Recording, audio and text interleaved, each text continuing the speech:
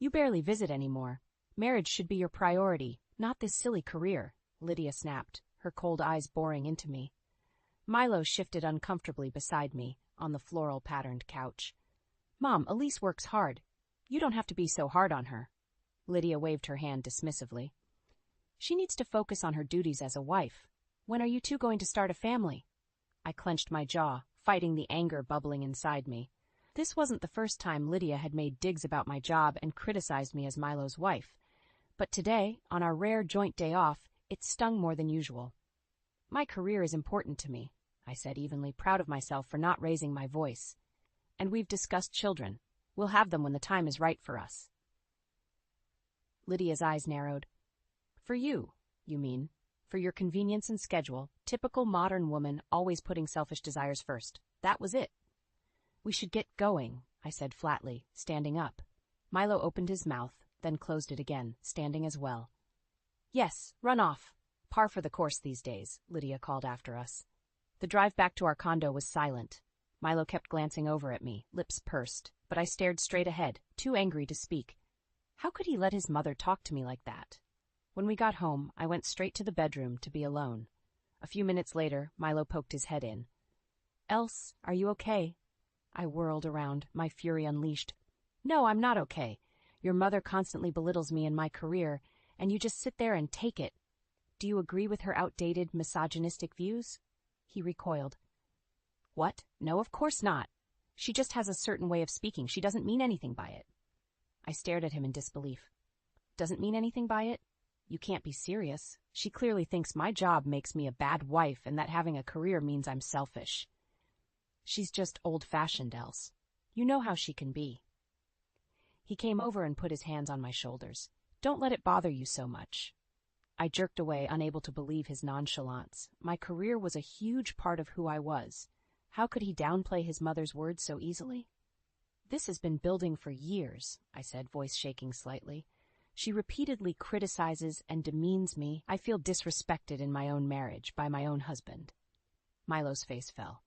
Els, I'm sorry. I never meant to make you feel that way. But it was too late for apologies. His flippant response to his mother's toxic behavior spoke volumes. I suddenly felt overwhelmingly alone. I can't keep living like this, I said quietly. We need to get counseling to work through these issues. If we can't get on the same page, I don't know if our marriage can survive. Milo paled, but I stood firm, my mind already spinning ahead to the next chapter of my life. The next morning, I was sifting through the mail when a letter from our bank caught my eye. Frowning, I opened it and froze. Our checking account was nearly empty. Milo, I called out, panic rising in my chest. Come here. He shuffled into the kitchen, still in his pajamas. What's up? Look at this, I said tersely, thrusting the bank statement at him. Our account is almost drained. What did you do? He scanned it and cringed. Ah, I've been meaning to talk to you about that. Meaning to talk to me? We're supposed to be partners, Milo. How could you fritter away our savings without consulting me? I didn't fritter them away, he protested. I had some unexpected expenses come up. Like what? You better start explaining yourself right now. He shifted uncomfortably. Well, you know my parents haven't been in the best health lately. They needed some help with medical bills. They needed help? So instead of having an adult conversation with me, you just took money? It was an emergency. I couldn't let them get behind or wreck their credit rating. That's not an excuse, I said through gritted teeth. You went behind my back and used our marital assets. That's financial betrayal. I was going to tell you, Milo said, raising his hands. I just wanted to handle it first. That's no justification. You're a liar, Milo. I don't know if I can trust you anymore. His eyes widened. Else, come on, you're overreacting. It's not that big a deal. I stared at him incredulously. Not a big deal? He was more worried about his own guilty conscience than my feelings. We're supposed to be partners, I said, voice breaking. But you're disrespecting me and undermining our marriage with this garbage. I'm your wife, not your doormat. Milo rolled his eyes. There you go again, being overdramatic and emotional. It's not as serious as you're making it. That was it. I'd had enough of his dismissive, condescending attitude. I balled my fists so hard my nails dug into my palms. You clearly don't value me, our marriage, or our finances, I spat. If you can't be an equal partner and show me basic respect, then I don't know what we're even doing here. Something flickered in Milo's eyes then. Was it shame? Hurt? I found I didn't care anymore. This callous financial betrayal was just one more blow after his mother's hurtful words. I was done being mistreated. I'm going to stay with Angela for a few days, I said, voice icy calm. Maybe some time apart will give you perspective. I stormed past him, grabbing my purse and keys. At the door, I turned back. I gave you my ultimatum yesterday. Get your act together, Milo. Seek counseling or be prepared to lose me. This behavior ends now. The door slammed behind me with a note of finality. As I drove away, tears blurring my vision, part of me already knew his answer. When I returned home from Angela's a few days later, Milo was waiting for me in the living room. He leapt up from the couch when I walked in. "Els, thank God you're back. I've been so worried." He moved to hug me, but I stepped back, arms folded across my chest. "I needed some space to think," I said flatly. Milo's face fell. "I get it. I really screwed up with the money stuff. I'm so sorry." "Sorry isn't good enough this time, Milo. Your actions have consequences." "You're right," he said, nodding vigorously. "I know I disrespected you, our marriage, everything. It won't happen again, I swear." "That remains to be seen," I replied, unmoved. "I've lost faith in a lot of your promises." Milo looked stricken. "Els, please, tell me what I can do to fix this. I'll do anything." I took a deep breath. "I want us to go to marriage counseling. Immediately." He paled. "Counseling? Isn't that a bit extreme?" "No, it's not extreme," I exploded. "We're at a breaking point here, Milo. I've put up with a lot. Your mother's constant belittling, your betrayal of my trust regarding our finances. If you want to save our marriage, we need professional help to work through these issues." Milo gaped at me. "Els, come on. Do we really need to drag some stranger into our business?" I stared at him, dumbfounded by his resistance. Didn't he understand how serious this was? "Yes, we really do need counseling," I said in a measured tone. "It's that or risk losing me for good. I'm deadly serious about this." The hurt flashed across his face again. "You're talking about divorce?" "I'm saying our marriage is on the line here. We've tried the easy way, the disrespect, the loss of trust. None of that has gotten through to you. So yes, if counseling doesn't work, then we may be headed towards divorce. That's just the cold, hard truth." Milo looked completely poleaxed. In that moment, I realized just how checked out he'd become, how little he valued or prioritized me in our relationship. The fact that divorce was shocking to him spoke volumes. "I love you, Els," he said, voice catching. "I don't want to lose you." For the first time in a long while, I saw sincerity in his eyes, but underneath was an undercurrent of fear. Fear of change, of sacrifice, of loss. Not love. "Then we go to counseling. Period," I replied. "Take it or leave it." I held his gaze, not backing down an inch. He finally nodded slowly. "Okay, anything you want, I'll do it." But doubts swirled in my mind as I watched him turn away, head in his hands. His actions and choices going forward would determine everything. Meanwhile, part of me had already come to terms with where this might lead. A few weeks later, Milo and I were having breakfast when the doorbell rang. I frowned and went to answer it. On the doorstep stood Lydia and George, Milo's parents, suitcases in hand. "Oh good, you're home," Lydia said, brushing past me into the condo. "We're moving in for a while." I stood there, dumbfounded. "Excuse me, moving in?" George shuffled by as well, grunting a brief hello. Milo appeared behind me. "Mom? Dad? What's going on here?" "We've had some health issues come up," Lydia explained, already unpacking her things. "We can't stay in our place for the time being." "For how long? And why didn't you give us any notice?" "This isn't okay," I said, trying to stay calm. Lydia barely glanced at me. "Don't be so dramatic, Elise. It's only temporary, while we get our affairs in order. Right, Milo?" She turned her cold gaze to her son. Milo looked cornered. "Well, I knew they needed help, but I didn't know the full extent until this morning." "You knew?" I interrupted. "And you didn't think to discuss this with me first?" Milo held up his hands. "I was going to bring it up. Mom just sprung it on me, too." "Like hell you were," Lydia snapped. "Stop lying to appease your wife. You knew we couldn't stay on our own. Thank goodness you married a woman with such a spacious home and income to support us." The way she said support us made my skin crawl. I turned to Milo, furious. "Is this true? Were you planning this without consulting me?" To my horror, he wouldn't meet my eyes. The realization washed over me. He and his mother had once again gone behind my back. "You know we've been having health problems," George piped up gruffly from the hallway. "Don't be so selfish and inflexible." "Selfish?" I exploded. "Bringing house guests into our home without notice or consent is the height of disrespect. This is a boundary violation," Lydia tutted. "Don't be so overdramatic, Elise. We're family." "That's exactly the problem," I shot back. "You don't treat me like family. You undermine and insult me constantly, and Milo just enables it." Milo still wouldn't look at me. He was paralyzed, torn between his wife and his toxic parents. "Well, if this living situation is such a hardship for you, you know where the door is," Lydia said, words dripping with venom. "Milo can make the decision that puts his family first." In that moment, I saw the truth with terrible clarity. Milo's ultimate loyalties still lay with his parents, no matter their behavior. My wishes, my boundaries meant nothing to them. Tears stung my eyes as I stared at my husband's cowardly, downcast face. It was over. I was done being disrespected and trampled on. Without another word, I turned and walked out the door, letting it slam behind me. I made it to my car before the sobs overcame me. Through the blur of tears, I knew I had been a fool. Milo's controlling mother had won. I had no choice left. I pulled out my phone with shaking hands and dialed the number for a divorce lawyer. Over the next couple of weeks, I moved out of the condo and into a studio apartment, attempting to rebuild my shattered life. I went through the motions at work and tried to block out the pain and anger. My mind kept returning to Milo moving his parents in without my consent. It was a profound breach of trust, and there had to be more to it. He couldn't be that oblivious and controlled by his mother, could he? One night, I was going through some old files and came across our joint banking statements from the past year. Frowning, I pulled out a pen and paper and started tallying up some numbers. 2 hours later, I slumped back in my chair, staring at the totals in horror. It all made sense now. Milo had been funneling money from our accounts to his parents in secret for months.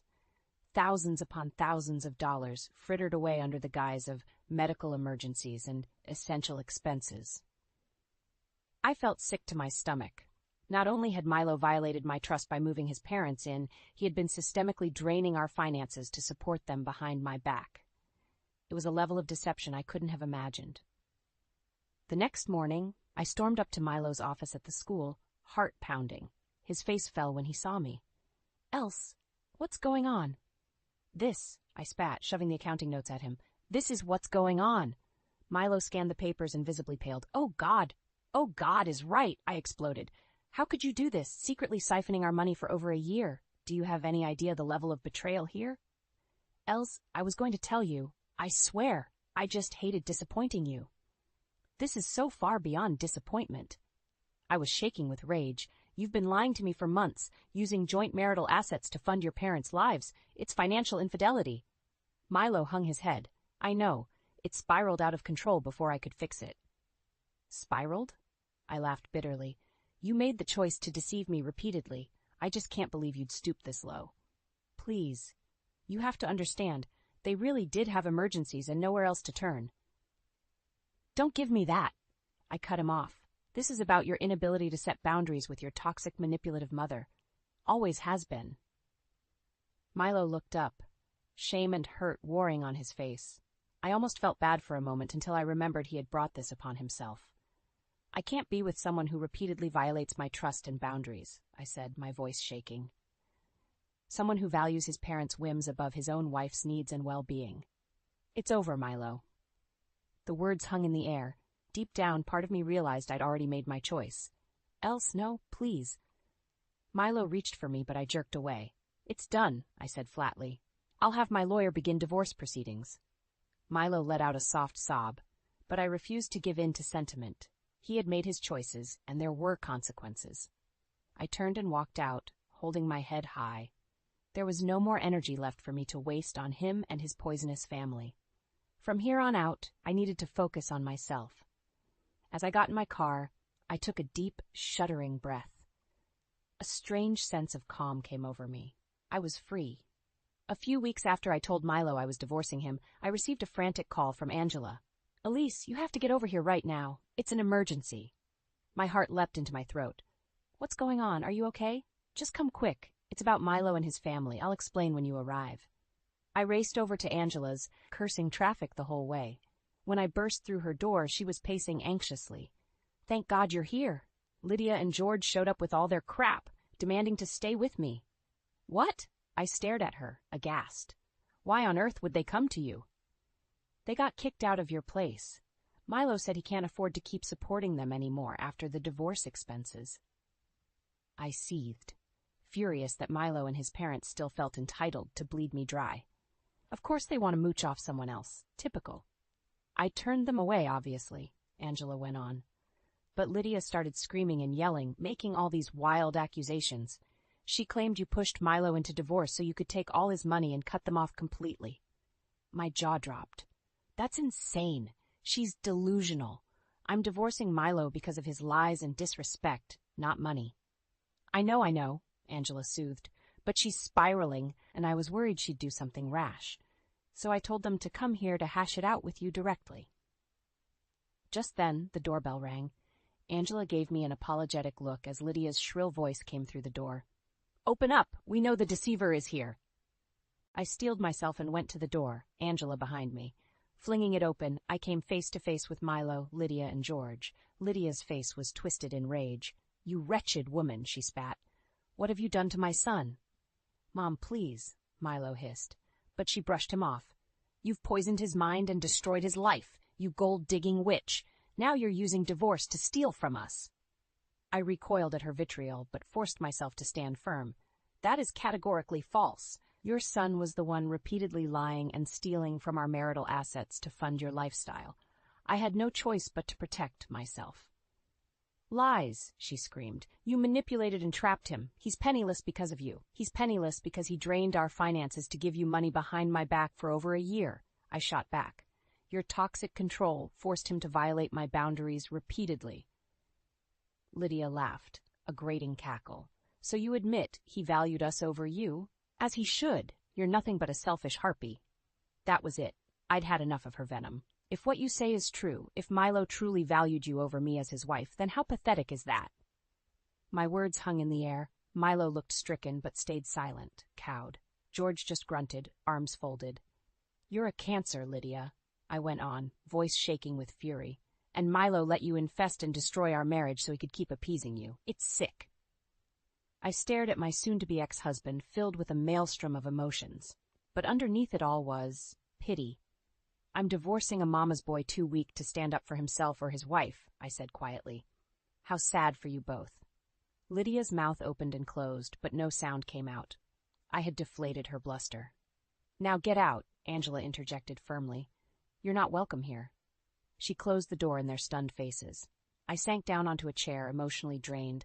As the shouts started up outside, I realized I was finally, truly free. The toxic grip had been severed. It was time to reclaim my life. As I sat with Angela that day, watching Lydia and Milo through the window as they cursed and ranted, something shifted inside me. Their vitriol no longer had the same sting. I felt numb, detached. After they finally stormed off, Angela turned to me with a worried look. Are you okay? I'm so sorry you had to go through that. I took a deep breath and slowly let it out. I'm fine. Better than fine, actually. Angela searched my face, confused. What do you mean? I mean I'm done letting them have power over me. That chapter of my life is closed. I thought for a moment. In fact, I'm not going to just passively end things with Milo. I'm taking control. Angela sat back, surprised. Taking control how? By getting justice. I stood up and began pacing, energy coursing through me. Milo systematically depleted our marital assets for over a year, giving that money to his vile parents behind my back. It was illegal and unethical on multiple levels. Angela nodded slowly, catching my meaning. So you're going to go after them, legally and financially? Absolutely. I'm consulting lawyers immediately to explore all my options. I have the evidence of his fraud and deception. He and his parents are going to face consequences. A grim smile crossed my face as a plan began to form. In fact, I may handle things a bit more creatively than just the legal angle.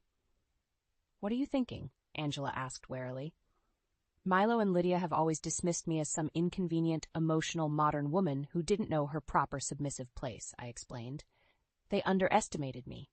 I paused, picturing both their smug, sneering faces. I'm going to make them realize the full extent of exactly what kind of strong, capable woman I am. I'm going to utterly dismantle their world and status, just as they tried to do to me. Angela's eyebrows shot up. Damn, girl, you sound like a woman on a warpath. Damn right, I replied, eyes flashing. They messed with the wrong modern woman. Over the next few days, I immersed myself in research and planning. I met with a lawyer well-versed in financial crimes and divorce, laying out the full scope of Milo's betrayal with documentation. We began gathering additional evidence of the money trail, tracing the funds he had diverted to his parents over the past year. The lawyer assured me we had enough for criminal and civil charges of fraud, misappropriation of marital assets, and more. But I didn't stop there. I consulted a private investigator to dig deeper into Milo and Lydia's backgrounds and activities. I wanted to expose every shady financial dealing, every personal and reputational skeleton they tried so hard to hide. The investigator turned up a host of illicit activities from Lydia's past: tax evasion, unpaid debts galore, even a messy sex scandal that had been neatly swept under the rug. It confirmed my instinct that her holier-than-thou facade hid monstrous hypocrisy and moral failings. As the puzzle pieces came together, I began to set my plan in motion. There would be 3 stages. First, I would go scorched earth legally and financially, draining Milo and his parents of every last ill-gotten resource. Second, I would systematically expose and publicize Lydia's sordid history and criminal activities, completely dismantling her pedestal in the community. Finally, I would make an example of Milo to ensure full accountability. With each step planned out, I felt a sense of strength and purpose I hadn't experienced since my life with Milo unraveled. I was in control now. And as for sentiment, there was none left. It was time to repay them with the same ruthless selfishness they had shown me. Only then would justice be served. About 6 months after my fateful confrontation with Lydia and Milo, I was putting the final touches on my plan. It was time to strike. I sent out formal invitations to Milo, Lydia, George, and a handful of their closest friends and relatives, requesting their presence for a family gathering at my place. They would be expecting some sort of attempt at reconciliation. Little did they know. The appointed evening arrived, and my guests began filtering in, looking confused and annoyed. Lydia swept in last, chin high, glaring around imperiously. "Well, what is the meaning of this charade?" she demanded when she spotted me. I smiled thinly. "Please, everyone take a seat. I have an announcement to make." Mutterings filled the room as they grudgingly sat. Milo kept shooting me panicked looks, terrified of a scene, no doubt. Once they settled, I began to speak.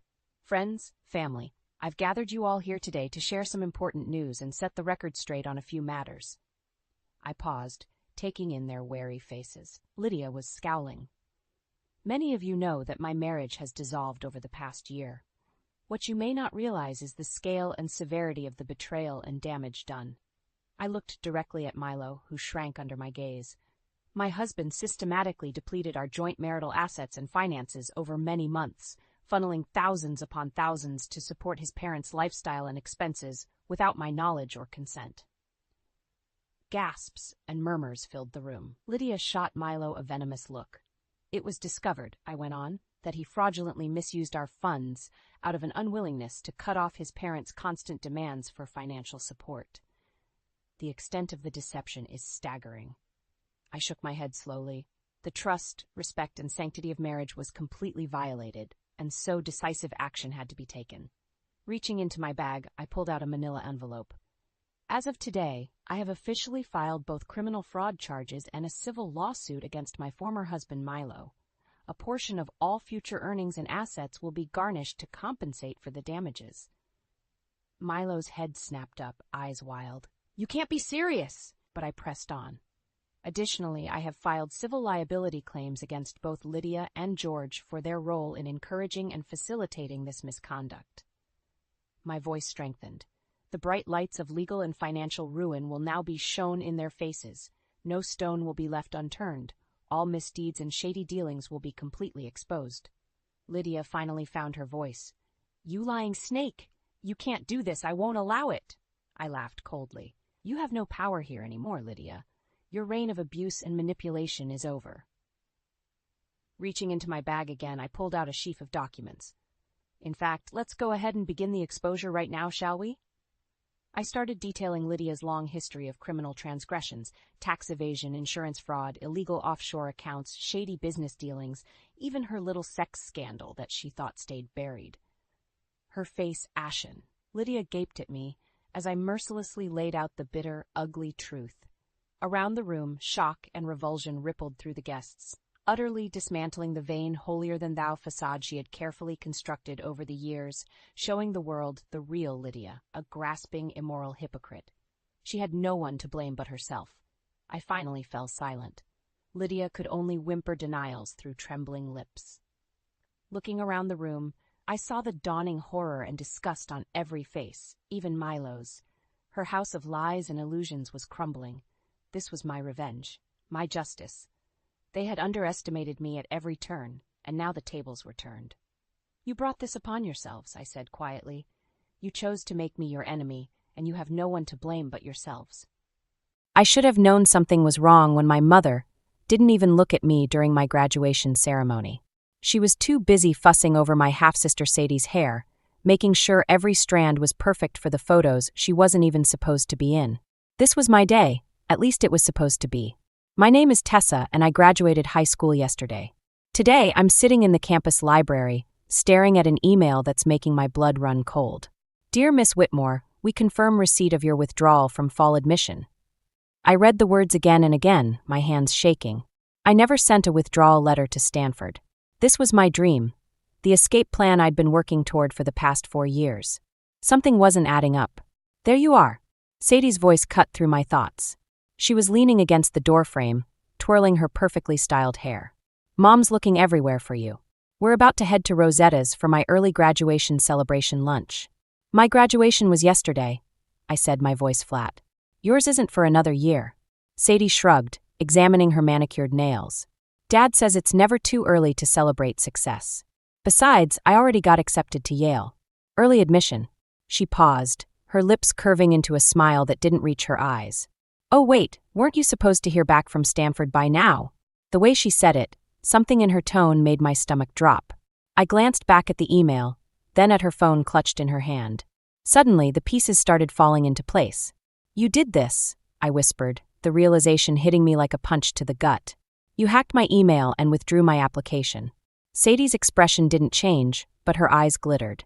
Prove it. Before I could respond, my mother's voice echoed through the library. Girls, what's taking so long? Grant's waiting in the car. I watched as Sadie transformed, her face softening into the perfect daughter mask she wore so well. Coming, Mom. I found her. My mother appeared behind Sadie, looking immaculate as always in her designer dress. Tessa, why are you still in here? Everyone's waiting. And please tell me you're not wearing those ratty jeans to lunch. I looked down at my favorite pair of worn jeans, suddenly feeling shabby and small. I'm not feeling well, I lied. I think I'll skip lunch. Don't be ridiculous, my mother said, but her attention was already back on Sadie, adjusting her daughter's collar. This is a family celebration. For what? The words burst out before I could stop them. My graduation was yesterday, and none of you even stayed for the whole ceremony. Oh, honey, my mother sighed, that familiar look of disappointment crossing her face. We had to leave early for Sadie's Yale interview prep. You know how important that was. Besides, you're just going to beauty school now, right? I froze. I hadn't told anyone about applying to beauty school. It was my backup plan, something I'd only researched in secret. Sadie's smirk told me everything I needed to know. She'd been monitoring my emails for longer than I'd realized. Actually, I said, standing up and gathering my things, I'm not feeling well at all. I think I need to go lie down. Suit yourself, my mother said, already turning away. Come on, Sadie, darling. We don't want to keep your father waiting. I watched them leave, Sadie throwing one last triumphant glance over her shoulder. As their footsteps faded, I pulled out my phone and dialed the one person who had always been in my corner. Grandma Ruth? It's Tessa. I need your help. My voice cracked slightly. Something's happened and I don't know what to do. Come over, sweetheart, my grandmother's warm voice replied. And bring those college emails with you. We'll figure this out together. As I gathered my things to leave, I caught sight of my reflection in the library window. For the first time in years, I didn't see the shadow of my perfect half-sister or my mother's disappointment. I saw someone who was done being pushed around. Sadie might think she'd won, but she had no idea what she'd just started. Grandma Ruth's kitchen always smelled like vanilla and hope. As I sat at her worn oak table, clutching a mug of tea, I could almost pretend everything was normal. But the Stanford withdrawal email glaring from my phone screen said otherwise. "That girl has gone too far this time," Ruth said, her usually gentle voice sharp with anger. She was already dialing her phone. "I'm calling Marla. Your aunt needs to know about this." I reached across the table and caught her wrist. "Please don't. Not yet. The last thing I needed was another family drama. I need to handle this myself." Ruth set the phone down but fixed me with that knowing look she'd perfected over 70 years. "And how exactly do you plan to do that, sweetheart?" Before I could answer, my phone buzzed. Mom's name flashed across the screen, followed by a string of messages. "Where are you? Grant is furious you missed lunch. Come home now." I switched the phone off and pushed it away. "I can't go back there tonight." "Of course you can't," Ruth said, already heading to the spare bedroom. "You'll stay here. But tomorrow you need a plan." She was right. I needed more than just a plan. I needed leverage. Sadie had been playing this game longer than me, and she'd gotten sloppy. There had to be evidence of what she'd done. The next morning, I walked into our kitchen to find Grant and Mom having one of their quiet conversations that always seemed to be about me. They fell silent when I entered. "Nice of you to finally join us," Grant said, not looking up from his tablet. "Your mother tells me you've been making some interesting career choices." I grabbed an apple from the counter, trying to keep my voice steady. "I haven't made any choices yet." "Beauty school," he scoffed. "That's hardly a career. Besides, we've already discussed your role in the family business." No, they'd discussed it. I'd just been told. "Actually," I said, "I wanted to talk about my Stanford application." The kitchen went quiet. Too quiet. Mom's coffee cup froze halfway to her lips. "Oh, that reminds me." Sadie breezed in, perfectly timed as always. "Dad, remember that investment opportunity one told you about? The one through Chad's father's firm?" Grant's face lit up, the way it never did for me. "The tech startup? Have they opened up spots for early investors?" "They have," Sadie smiled, shooting me a quick glance. "But we should discuss it privately. You know how these things are." I watched as she led Grant away, effectively shutting down any conversation about Stanford. But not before I caught a glimpse of something on her phone screen. An email draft with a familiar header. "Tessa," Mom said, finally acknowledging me. "About yesterday." "Save it," I cut her off. "I need to get ready for work." "Work?" She blinked. "What work?" "My shift at Mel's Diner starts in an hour." I hadn't planned to tell her, but suddenly I wanted her to know. "I've been working there for 3 weeks. Her face crumpled into that familiar look of disappointment. "A diner? What will people think? They might think I'm responsible. Independent." I met her eyes. "Like Sadie." Mom's expression hardened. "Don't start with that jealousy again. Your sister, half-sister, works hard for everything she gets. Maybe if you showed half her initiative." I laughed, and the sound surprised us both. "You have no idea what Sadie's capable of, do you?" "What's that supposed to mean?" But I was already heading upstairs. I had a shift to get to, and more importantly, I had a plan forming. Sadie wasn't the only one who could access emails, and I had a feeling that draft I'd glimpsed on her phone would be very interesting to Grant if he knew what his perfect daughter was really planning with Chad's father's firm. As I changed into my diner uniform, I heard Sadie's laughter floating up from Grant's study. She thought she had everyone fooled. But she'd forgotten one thing. I'd been watching her tricks for years. And now it was my turn to play. The thing about working at a diner is you hear everything. People forget you're there, like you're just part of the furniture. That's how I overheard Chad Miller bragging to his friends about the foolproof investment scheme he and Sadie were planning. I was wiping down their table when Chad's words made me freeze. "Grant Alden won't know what hit him," Chad laughed, not noticing me. "Sadie's got him wrapped around her finger. One signature from Daddy Dearest, and we're set." My hand tightened around the rag. Before I could hear more, Mel called me from the kitchen. "Tessa, your grandmother's on the phone. Says it's urgent. Ruth never called me at work." Something was wrong. "Sweetheart," her voice was tight with worry. "Sadie's here. She's telling your mother some pretty serious stories about you." My stomach dropped. "What kind of stories?" "She's saying you've been stealing from Grant's office. That you're trying to sabotage her Yale acceptance." "Tessa, she has screenshots." "Of course she did. Sadie never made a move without backup." "I'll be right there," I said, already untying my apron. When I pulled up to our house, Aunt Marla's car was in the driveway. Great. Sadie had called in the whole cavalry. Inside, they were waiting in the living room like some kind of intervention. Mom was crying, actually crying, while Sadie sat beside her, the perfect picture of concern. Grant stood by the fireplace, his face stormy. Aunt Marla looked uncertain, glancing between everyone. "Show her," Sadie said softly, handing her phone to Grant. He thrust it at me. On the screen was an email draft, one I'd supposedly written, detailing plans to hack into his company's accounts. It was dated the same day as my Stanford withdrawal. "I didn't write that," I said, but my voice sounded weak even to me. "It's from your email account," Grant said. "Just like the Stanford withdrawal." Which I also didn't write. I looked at Mom, pleading. "You have to believe me. Sadie's setting me up." "Oh, here we go again," Sadie sighed. "Always blaming me for your mistakes." "Mistakes?" I laughed, the sound harsh and unfamiliar. "Like how you and Chad are planning to scam Grant out of his investment money?" The room went silent. Sadie's face flickered for just a moment before she recovered. "What is she talking about?" Grant demanded. "She's lying," Sadie said quickly. "She's just jealous because Chad asked me to prom instead of her." "I heard him at the diner," I pressed on. "Ask him about the foolproof investment scheme you two cooked up." "Enough." Mom stood up, mascara streaking her cheeks. "Tessa, how dare you make up such horrible lies about your sister?"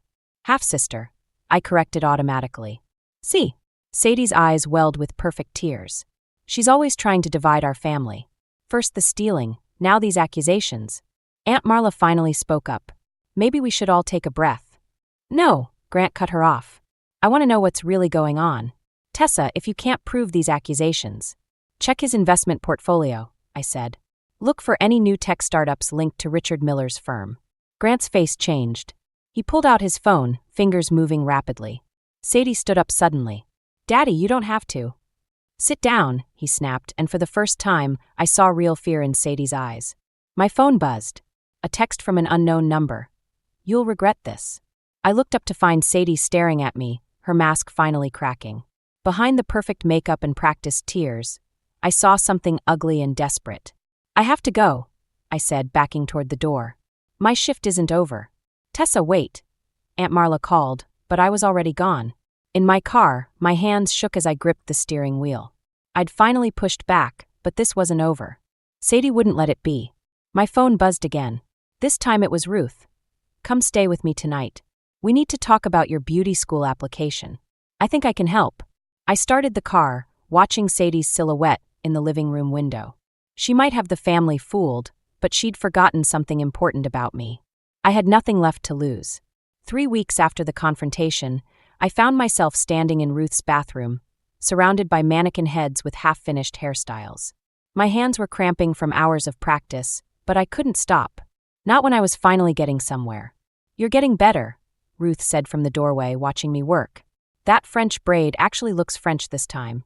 Before I could respond, my phone lit up with Grant's name. I'd been dodging his calls since the investment scheme revelation, but this time something made me answer. "Where are the files?" His voice was ice cold. "What files?" "Don't play dumb, Tessa. The backup drives from my home office are missing. Sadie says she saw you in there last night." I gripped the edge of the sink. "I haven't been home in 3 weeks. You know that. Then explain why your fingerprints are all over my desk." "My old house key. The one I'd forgotten to return. Sadie must have." "Check your security cameras," I said, trying to keep my voice steady. "Conveniently disabled last night. Along with Sadie's phone tracking app." Of course they were. I could almost admire how thorough she was being. "Grant, think about it." "Why would I?" "Because you're desperate," he cut in.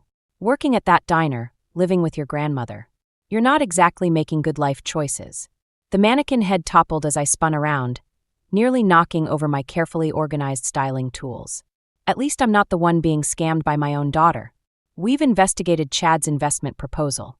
Everything checks out. You're just trying to cause trouble, like always." I laughed, but it came out more like a sob. "Have you actually met Richard Miller, Chad's father?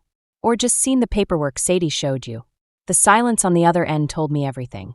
"You have until tomorrow to return the files," he said finally. "Or I'm calling the police." The line went dead.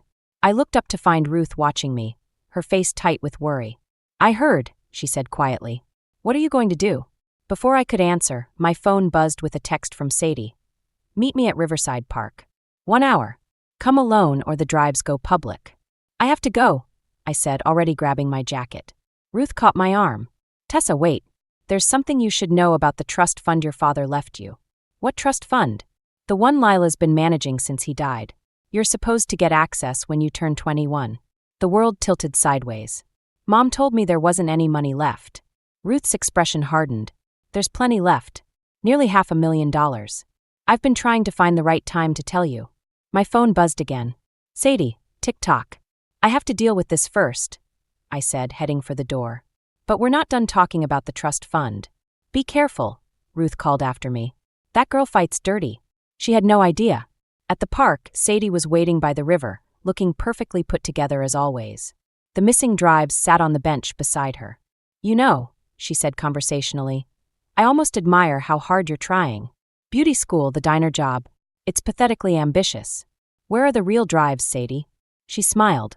These are the real drives. But the files? Those were uploaded days ago. Insurance, you know? Against what? Against you ruining everything. Her smile vanished. Did you really think you could turn Dad against me? I'm his real daughter. You're stealing from him. I'm securing my future. Unlike you, I have plans bigger than cutting hair in some strip mall. Using Chad's fake investment scheme? Sadie's laugh was sharp. Chad, please. He's just the face of the operation. This was my idea. All of it, including your Stanford rejection. I stepped closer. Why? What did I ever do to you? You existed, she said simply. Always there, with your sad eyes and your dead dad's trust fund. Making Mom feel guilty. Making everything complicated. The truth hit me like a physical blow. You know about the trust fund? Of course I do. Mom's been investing it in Dad's company for years. My company soon. She stood, brushing off her designer jeans. So here's the deal, walk away. From the house, the family, all of it. Or these files show everyone exactly what kind of person you really are. I stared at my half-sister, finally seeing her clearly. You really think you've won, don't you? Her smile was almost pitying. Haven't I? But as I watched her walk away, I thought about Ruth's revelation about the trust fund, about everything I'd learned working at the diner. Sometimes the best revenge isn't about winning. It's about surviving long enough to tell the truth. The box arrived on Ruth's doorstep the morning after my confrontation with Sadie. Inside, nestled in tissue paper, was a complete professional hairstyling kit. Scissors that caught the light like diamonds. Brushes with perfect bristles. Everything I'd been saving for but couldn't yet afford. Open it, Ruth urged, holding out an envelope. Read the note first. My hands shook as I unfolded the paper. For when you're ready to build your own future. Love, Aunt Marla. Before I could process this, my phone buzzed. A text from Mom. We need to talk about the trust fund. Come home. Now. Ruth touched my shoulder. You don't have to go. But I did. Because for once, I had leverage. The house looked different somehow, smaller maybe. Mom was waiting in the kitchen. Her perfect makeup couldn't hide the shadows under her eyes. Grant sat beside her, his laptop open to what looked like banking records. Where's Sadie? I asked. At Yale, Mom said quickly. Touring the campus. Really? Because I just saw her car at Chad Miller's house. Grant's head snapped up. What? Never mind that. Mom cut in. We need to discuss your father's trust fund. You mean the one you've been funneling into Grant's company? The words came out sharp, precise. The one you told me didn't exist? Mom's face went white. Who told you? Does it matter? I pulled out my phone, showing them the banking records Ruth had helped me find. What matters is it's illegal. And I have proof. Grant stood up so fast his chair toppled. Are these the files you stole? I didn't steal anything. But Sadie did. I met his eyes. Check your security footage again. The real footage, not whatever she showed you. Check the timestamps. This is ridiculous, Mom said, but her voice wavered. Sadie would never. Like she'd never hack my Stanford application? Or set up a fake investment scheme with Chad. Grant's face darkened. What investment scheme? Before I could answer, the front door slammed. Sadie stormed in, her Yale sweater wrinkled, mascara smeared. What did you do? She demanded, waving her phone. Chad just called. His father's backing out of the deal. The room went silent. Grant turned to her slowly. What deal, Sadie? She froze, realizing her mistake. For a moment, I saw panic flash across her face. Then her mask slipped back into place. Tessa's lying, she said smoothly. She's just jealous because... Stop. Grant's voice was quiet, dangerous. Show me your phone. Daddy. Now. As Sadie handed over her phone, I saw something I'd never seen before, fear in her eyes. I should go, I said, picking up my bag. But first, I turned to Mom. I want my trust fund transferred to my name. All of it. Or I go to the police with proof of embezzlement. You wouldn't, Mom whispered. Try me. I walked out, leaving chaos behind me. Through the window, I could hear Grant's voice rising, Sadie's protests, Mom's sobs.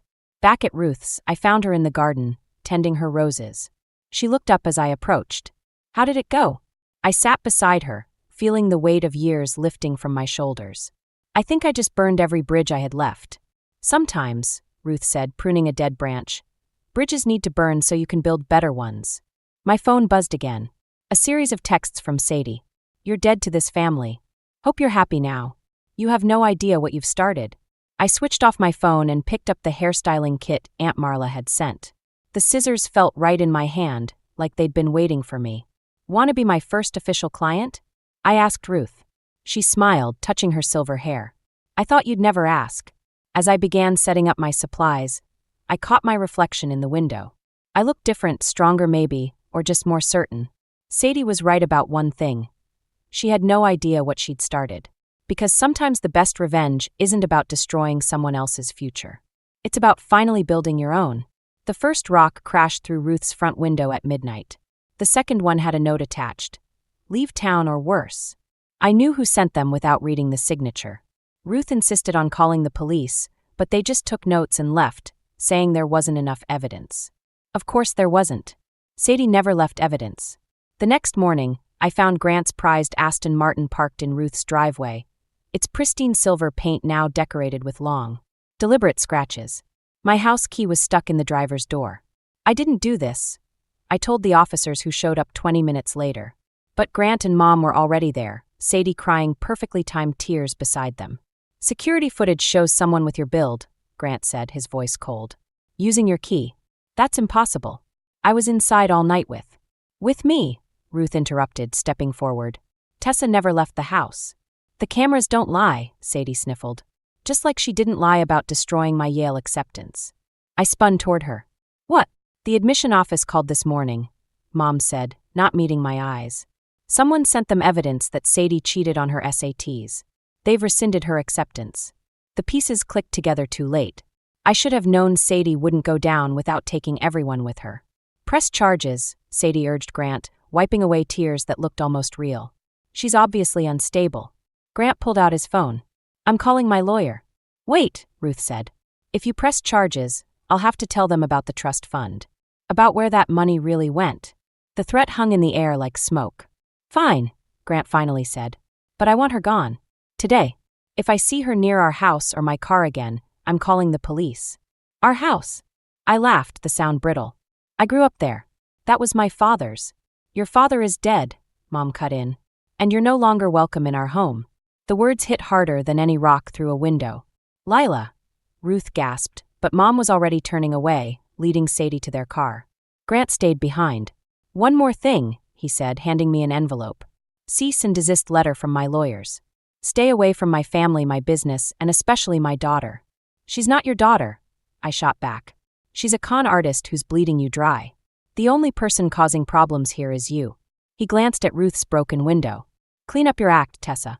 Before someone gets hurt. After they left, Ruth found me in the garden, staring at nothing. We'll fight this, she said. I have savings. We can get a lawyer. Don't. My voice sounded strange, distant. Sadie won't stop until she's destroyed everything. Then we'll start over. Together. But even as she said it, I saw Ruth press a hand to her chest, her breathing labored. The stress was getting to her. Her heart couldn't take much more. My phone buzzed. A text from an unknown number. Karma's a bitch. So am I. S. Below it was a link to a social media post going viral in our community. Pictures of Grant's car, security footage stills of someone who looked just like me, and a story about the unstable daughter who couldn't handle her sister's success. The comments were already rolling in. Always knew there was something off about her. Poor Sadie, having to deal with such a toxic sister. Lock her up before she really hurt someone. I deleted the app, but the damage was done. My reputation, my future, my family, Sadie had taken everything. I have to leave, I said quietly. Tessa, no. Look at your window, Ruth. Look at what she did to Grant's car. Next time it could be worse. It could be you. I'm not afraid of her. But I am. The admission hurt more than Mom's rejection. I'm afraid of what she'll do next. Of what I might do to stop her. Ruth took my hand, her grip surprisingly strong. Then we'll leave together. Start fresh somewhere else. I looked at my grandmother, my last real family, and made the hardest decision of my life. No, I said. I have to do this alone. Because sometimes protecting the people you love means letting them go. And sometimes revenge means walking away. At least, that's what I kept telling myself as I packed my bags, leaving everything I loved behind. 6 months after I left town, Aunt Marla's call brought me back. Ruth had died in her sleep, peaceful and quick, they said. I missed the funeral. Sadie's restraining order made sure of that. But today, standing in Ruth's lawyer's office, none of that mattered. She left you everything, the lawyer said, sliding the papers across his desk. The house, her savings, and this. He handed me an envelope, Ruth's familiar handwriting spelling out my name. Before I could open it, the door burst open. Sadie stormed in, followed by Mom and Grant. This is ridiculous, Sadie snapped. She's mentally unstable. There's no way Grandma Ruth meant to. She wasn't your grandmother, I said quietly, finding strength in the weight of Ruth's letter in my hands. Miss Alden, the lawyer interrupted. This meeting is private. Private? Grant stepped forward. After what she did to my car. To my company. I looked up sharply. What happened to your company? The silence that followed was heavy with unspoken accusations. Sadie's face had gone pale, her designer clothes suddenly looking cheaper, worn. The investment scheme, I realized. It wasn't just Chad's father, was it? How many fake investors did you create, Sadie? Shut up, she hissed. The SEC is investigating, Grant said, his voice hollow. We've lost everything. Mom wouldn't meet my eyes. We had to sell the house. I opened Ruth's letter, needing her words more than ever. As I read, my hands began to shake. All these years, I whispered. She was gathering evidence. About the trust fund, about Sadie's schemes, everything. I looked at my half-sister. She knew what you were doing before any of us. Sadie lunged for the letter, but I was faster. You can't prove anything. Actually, the lawyer cleared his throat. Mrs. Whitmore left quite extensive documentation, including emails between Miss Alden and various fake investment accounts. You're lying, Sadie's voice cracked. Daddy, tell them. Enough. Grant's shout made us all jump. Haven't you done enough damage? Sadie's mask finally cracked. I did it for us. For our family. No, I said, standing up. You did it for yourself. Just like you sabotaged my Stanford application. Just like you framed me for vandalizing Grant's car. You have no idea what it's like, she spat. Being perfect all the time. Never making mistakes. While you got to be the tragic victim everyone felt sorry for. Sorry for? I laughed. You took everything from me. And now I have nothing. Tears streaked her makeup. So congratulations. You won. I looked at my sister, really looked at her, and felt something unexpected. Pity. This wasn't about winning, I said, gathering Ruth's papers. It was about surviving you. What are you going to do? Mom asked, speaking for the first time. Press charges. I thought about Ruth, about revenge, about the cost of hatred. No, I said finally. I'm going to open a salon. In Ruth's house. I turned to Sadie. And you're going to stay away from me, or these documents go to the SEC. You can't. I can. And I will. I headed for the door, then paused. You know what the difference is between us, Sadie? I never needed to destroy you to prove my worth. Outside, the spring air felt clean new. Ruth's letter was warm in my pocket, filled with love and one final gift. The truth that would keep Sadie out of my life forever. My phone buzzed, a text from the beauty school I'd applied to. Application accepted. I smiled, thinking of Ruth's styling tools waiting at home. Sometimes the best revenge isn't about destroying someone else's world. It's about building your own, stronger than before. Behind me, I could hear Sadie's sobs, Mom's attempts at comfort, Grant's heavy silence. But for the first time, their drama felt distant, unimportant. I had a salon to open, a life to build, and finally, the power to make it happen on my own terms. 1 year after Ruth's death, I stood in front of my salon mirror, watching the morning light stream through newly installed windows. The sign outside read Ruth's Grace, a tribute to the woman who made it all possible. The bell chimed. Through the reflection, I saw Mom standing in the doorway, looking smaller, somehow less certain. We're not open yet, I said, continuing to arrange my styling tools. I know. She clutched her purse like a shield. I saw the article about you in the local paper. Young entrepreneur transforms historic home into thriving business. I turned, really looking at her for the first time in months. The designer clothes were gone, replaced by department store basics. Sadie's downfall had affected them all. "What do you want, Mom?" "Sadie's in therapy," she said abruptly. "Grant's filed for divorce. Everything's." She trailed off. "Falling apart?" She nodded, tears threatening. "I found this in our old house, while we were moving out." She held out a worn envelope. "It's from your father." My hands shook as I took it. Inside was a faded photograph, me at 5, sitting in his salon chair, playing with his styling tools. On the back, he'd written, "My little artist following in my footsteps." "I never told you," Mom said softly. "But the salon was his dream too. Before the cancer." She stopped, composing herself. "I was wrong, Tessa. About everything." The bell chimed again. Aunt Marla walked in, carrying a box of old styling magazines. She froze when she saw Mom. "I should go," Mom said quickly. "Stay." The word surprised us both. "I could use help organizing the magazine collection." "If you want." As they sorted through the boxes, I opened the final letter from Ruth, the one I'd found hidden in her styling kit. "Dearest Tessa, by now you've probably figured out why I kept such detailed records of Sadie's schemes. But that wasn't my real gift to you. Your father left you more than just a trust fund. He left you his talent, his dream. I saw it every time you picked up those scissors. Sometimes the best revenge isn't getting even. It's getting free." A text lit up my phone. "Sadie, for the first time since the lawyer's office." "I'm sorry," it read. "Nothing more." I deleted it without responding. Some bridges stay burned. The morning sun caught the salon's new sign, casting warm shadows across the floor. Mom and Marla's quiet conversation mixed with the rustle of magazines, the gentle hum of hair dryers warming up. "First clients in 15 minutes, I announced, straightening my work apron. "Either help set up or head out." Mom stood uncertainly, then reached for a broom. Marla smiled, continuing to organize magazines. I looked at my reflection one last time. Not a victim, not a revenge seeker, just a woman building something new from the ashes of what was lost. Ruth was right. The best revenge wasn't exposing Sadie's schemes or watching my family's perfect facade crumble. It wasn't even succeeding despite their doubts. The best revenge was discovering I never needed revenge at all. I just needed to find my own path. The bell chimed again, my first client of the day. I picked up my scissors, feeling their familiar weight. In the mirror, I caught a glimpse of something in Mom's expression, pride maybe or regret. Perhaps both. But I wasn't doing this for her, or for Sadie, or even for Ruth anymore. I was doing it for that little girl in the photograph, playing with her father's styling tools, dreaming of creating something beautiful. "Welcome to Ruth's Grace," I said to my client, my voice strong and sure. "What are we creating today?" Behind me, the past lingered in shadows, Sadie's schemes, Mom's neglect, all the pain and betrayal. But ahead lay something brighter. A future built not on revenge or resentment, but on the simple joy of following my own dreams. Sometimes that's the greatest victory of all. If you don't want to work, then get out of this house. Even though I finally got a job offer. Having a freeloader like you around is demotivating and a nuisance. My sister Nicole, raising her voice in anger, blames me because she didn't like the dinner I made. So, that's why I. Cutting off my words, Nicole seeks help from our mother.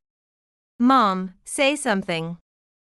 How long do you plan to keep this parasite in our house? This house is ours, right? Is it okay if our life gets harder because of someone like her?" Well, now that Nicole has got a job, maybe it's time for the parasite to leave? It would be pitiful if she bothers Nicole. "Ashley, you're old enough, so just leave the house." Hearing Nicole's words, our mother immediately takes her side. Empowered by having our mother on her side, Nicole goes even further. "See, even Mom agrees, just get out. Don't ever come back. You're not part of the family anyway." Despite all the sacrifices I've made for the family, realizing that they never cared makes me incredibly sad. Feeling that staying here is just foolish, I quietly make up my mind. All right, I'll leave. And I'll never involve myself with you, Mom, or Nicole again. That's fine with you both, right? Hearing my decision, Nicole and our mother point at me and laughingly say, "Of course, that's perfect. With one less parasite, we'll save on living expenses. Now pack your things and leave." That's right. I have Nicole, I don't need a parasite like you. Well, I'll leave tomorrow, but can I take all my belongings? Obviously. Make sure you take everything and never come back. Having a freeloader like you related to me is a stain on my life. Take all your belongings and get out. Understood. Then I'll take everything that's mine. As if you have anything of value, pretending to be strong. While Nicole and our mother mock me, they reach for the food I made again. I leave them to it and return to my room. My name is Ashley, and I am 29 and single this year. I live at home with my mother, her new husband Jason, and my sister Nicole. Before she remarried, our mother was kind to me too, but after Nicole was born, she doted on her and didn't care much for me. Ashley, you're the older sister, so give in to Nicole. But this is something I bought with my own allowance. Nicole wants it. Don't be so selfish. Our mother takes the clothes I bought and gives them to Nicole.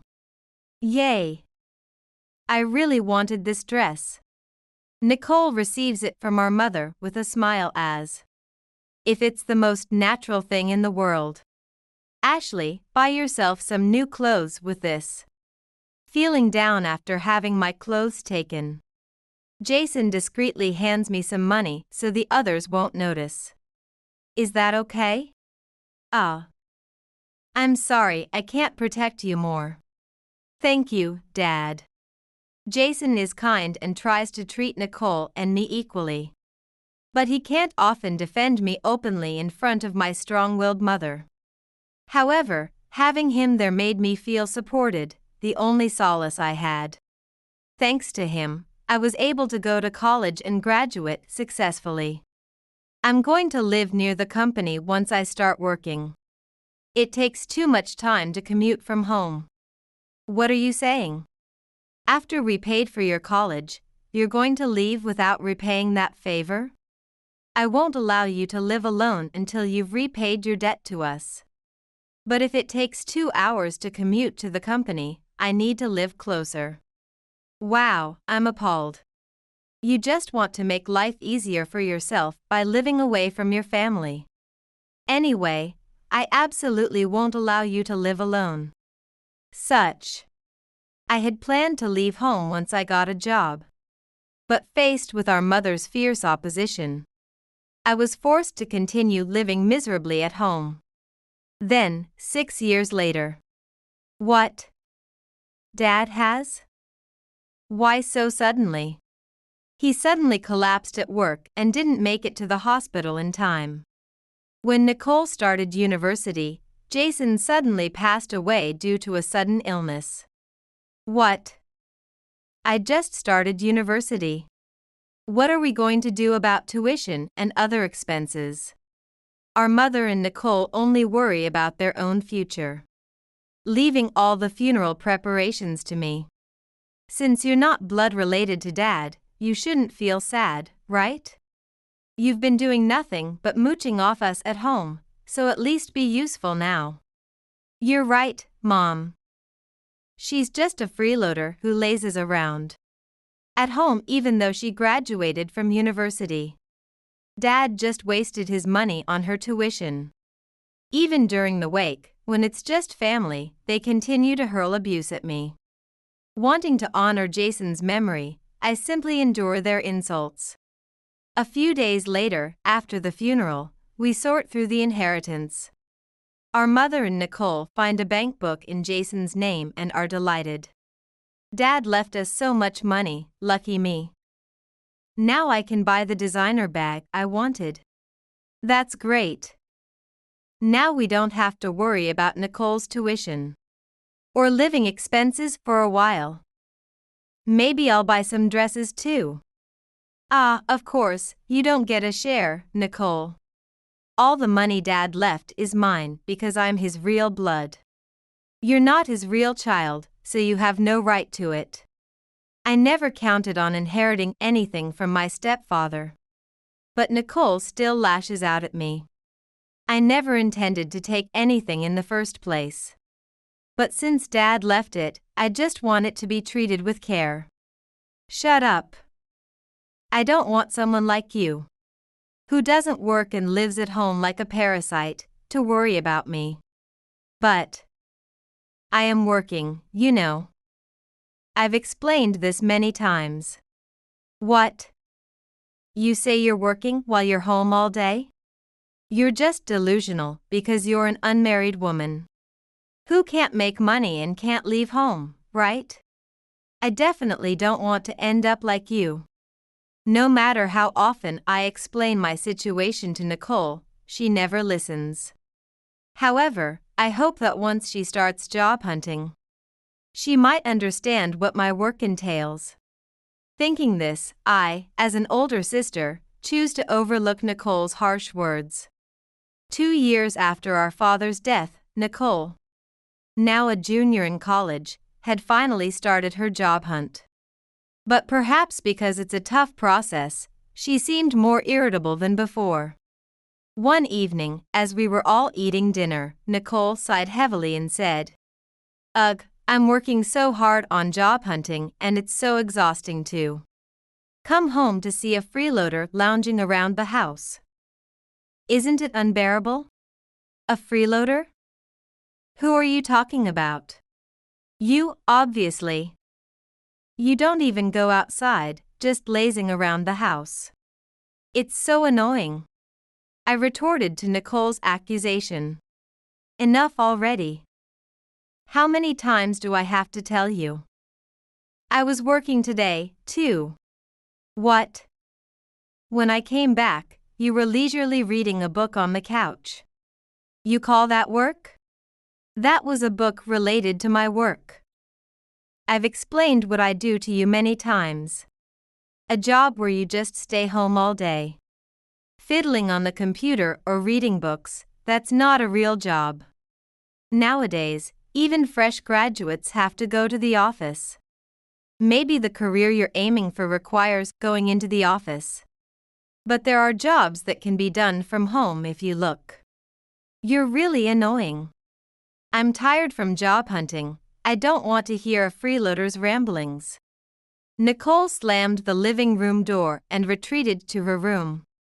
Though I understood that job hunting was stressful, her increasing attacks on me were wearing me down. I sighed softly and looked over at our mother, who continued eating quietly. "Mom, Nicole won't listen to me at all. Can you please explain to her about my work? Maybe later.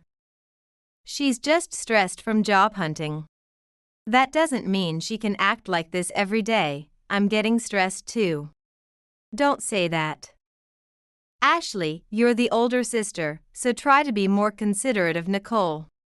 Even when I asked our mother to persuade Nicole, she only pressured me to endure. Doubting the attitudes of our mother and Nicole, I continued to do what I could for my family. Then, one day, as I was bringing dinner to the table, Nicole screamed shrilly, "What is this meal? You're home all day and still make shortcuts in cooking. This week has been busy with work. It's okay to cut corners when I'm busy. If you have a complaint, why don't you cook for yourself? Ha, work? Your job, which can't even earn money, must be about managing the household perfectly, right? All you do every day is play on the computer or read books. That's why. I'm telling you, I am working. Just listen to what I'm saying for once." Despite my desperate responses, my words never reached Nicole. Glancing sideways at our mother, she just turned away, pretending not to notice. "If you don't want to work, then get out of this house." Even though I finally got a job offer, having a freeloader like you around is demotivating and a nuisance. So, that's why I Cutting off my words, Nicole seeks help from our mother. Mom, say something. How long do you plan to keep this parasite in our house? This house is ours, right? Is it okay if our life gets harder because of someone like her? Well, now that Nicole has got a job, maybe it's time for the parasite to leave? It would be pitiful if she bothers Nicole. Ashley, you're old enough, so just leave the house. Hearing Nicole's words, our mother immediately takes her side. Empowered by having our mother on her side, Nicole goes even further. See, even Mom agrees, just get out. Don't ever come back. You're not part of the family anyway. Despite all the sacrifices I've made for the family. Realizing that they never cared makes me incredibly sad. Feeling that staying here is just foolish, I quietly make up my mind. All right, I'll leave. And I'll never involve myself with you, Mom, or Nicole again. That's fine with you both, right? Hearing my decision, Nicole and our mother point at me and laughingly say, "Of course, that's perfect. With one less parasite, we'll save on living expenses. Now pack your things and leave." That's right. I have Nicole, I don't need a parasite like you. Well, I'll leave tomorrow, but can I take all my belongings? Obviously. Make sure you take everything and never come back. Having a freeloader like you related to me is a stain on my life. Take all your belongings and get out. Understood. Then I'll take everything that's mine. As if you have anything of value, pretending to be strong. Nicole and our mother mock me as they reach for the food I made again. I leave them to it and return to my room. Later, I hurriedly searched for a new place to live. And managed to find an apartment available for immediate move-in. As I was moving in, my phone rang. Picking up, I heard a loud voice on the other end. Why did you take all the furniture and appliances? The house is empty because you took everything. Bring back everything you took right now. What are you talking about? Nicole, you were the one who said I should take all my belongings. So, I only took the things I bought with my own money. I didn't steal anything that belonged to you or Mom. What? What are you talking about, Nicole? Didn't Mom buy the furniture and appliances with Dad's inheritance? After the first anniversary of Dad's death, she replaced everything that was old. No, that's not true. I bought those furniture and appliances with my own money. Most of Dad's inheritance was used to pay off Mom's debts. I continued to explain calmly to Nicole. What? There's nothing left. Then, what about our living expenses until now? Nicole, unable to grasp the situation, muttered in a faint voice. If you're curious, why don't you ask Mom? As I suggested this, Nicole hastily turned to our mother nearby. What does this mean, Mom? That's, well. Hearing our mother's flustered voice, I sighed and spoke the truth. I was paying for everything, Nicole. The living expenses and your tuition fees, all of it. I've explained many times that I earn a decent salary working from home as a software engineer. No way. You're lying. You were just playing on the computer every day. How can you make money from that? You must have been using Dad's inheritance, right? And you squandered it? Nicole refused to believe my story and even started accusing me falsely. I pressed on with the reality. I earned over $5,000 a month as a freelance software engineer. By studying hard on my own. More than half of that I put into our household expenses. But still, it's unbelievable that it would run out so quickly. The inheritance wasn't enough, and I covered the rest. And Mom continued to splurge, so there's no money left now. What? Then what about my tuition fees? If we can't pay, I won't be able to graduate from university. Didn't you have money left too? Why don't you use that? There's nothing left. It all went quickly because I bought department store cosmetics and brand items. That's why I told you to use it wisely. Nicole. What will happen if you can't graduate? We were counting on your salary. Mom, that's your problem. What will happen to me if I can't graduate? What? I don't know anything about that. As they blamed each other, I could hear Nicole and our mother shouting through the phone. Both seemed to finally understand their predicament, their voices tinged with panic. Well, if you can't pay the tuition, you'll have to drop out of university. And the job offer you received based on your expected graduation might even be revoked. That's terrible. Please, big sister, come back home. We're family, aren't we? If not, at least pay my tuition fees. Yes, if Ashley comes back, everything will be fine. Please, Ashley, you're our only hope. Let's live together as a family of 3, like before. After you drove me out and repeatedly called me a parasite. It's ridiculous to say we're family now. It's too late for that. With Nicole and our mother begging tearfully, I firmly ended the call and blocked their numbers. Later, Nicole and our mother, having lost the financial support I provided, failed to pay the rent for the house and were evicted. Unable to pay her tuition, Nicole was inevitably dismissed from the university. And her job offer was revoked as a result. Forced to drop out, Nicole managed to scrape by with multiple part-time jobs. Our mother, having rarely worked before, started as a cashier at a supermarket, but struggled with the unfamiliar work, leading to frequent arguments with Nicole over stress. As for me, I was finally living alone, enjoying the freedom and financial savings from not having to support the household. I decided to pursue my interests and walk my own path toward happiness.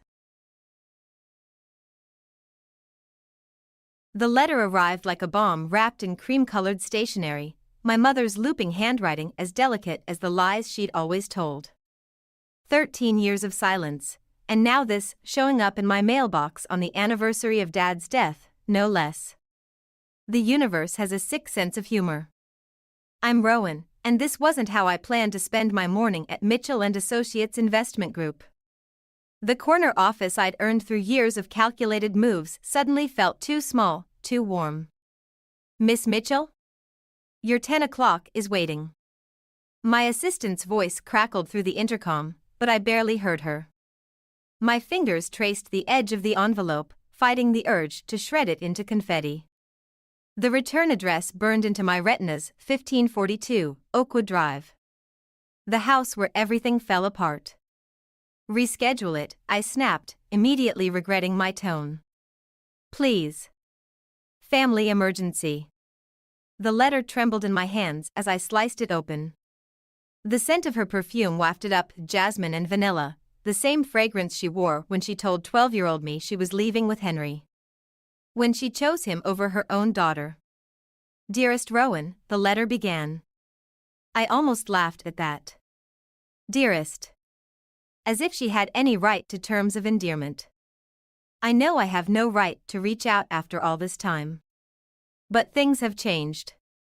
I've changed. Henry and I are struggling, and I need to make things right. Please, just one meeting.